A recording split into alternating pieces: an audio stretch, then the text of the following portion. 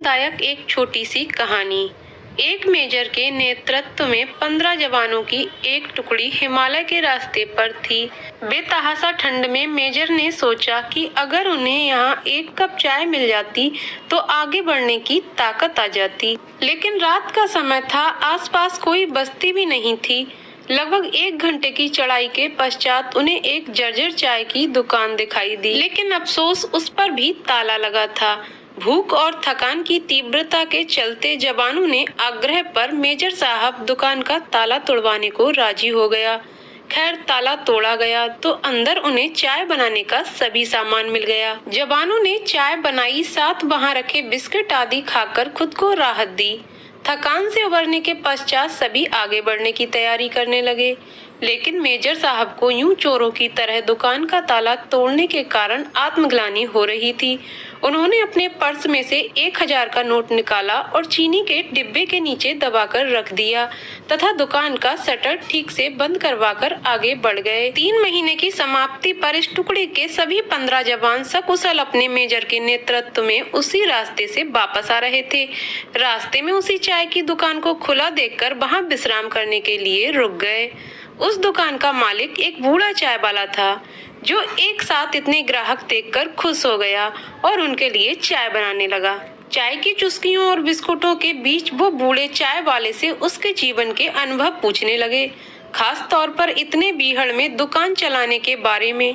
बूढ़ा उन्हें कई कहानियां सुनाता रहा और साथ ही भगवान का शुक्र अदा करता रहा। तभी एक जवान बोला, बाबा, आप भगवान को इतना मानते हो? अगर भगवान सच में होता तो फिर उसने तुम्हें इतने बुरे हाल में क्यों रखा हुआ है?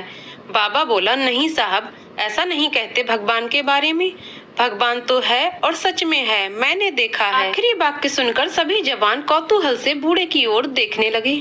बूढ़ा बोला, मैं बहुत मुसीबत में था एक दिन। मेरे इकलौते बेटे को आतंकवादियों ने पकड़ लिया।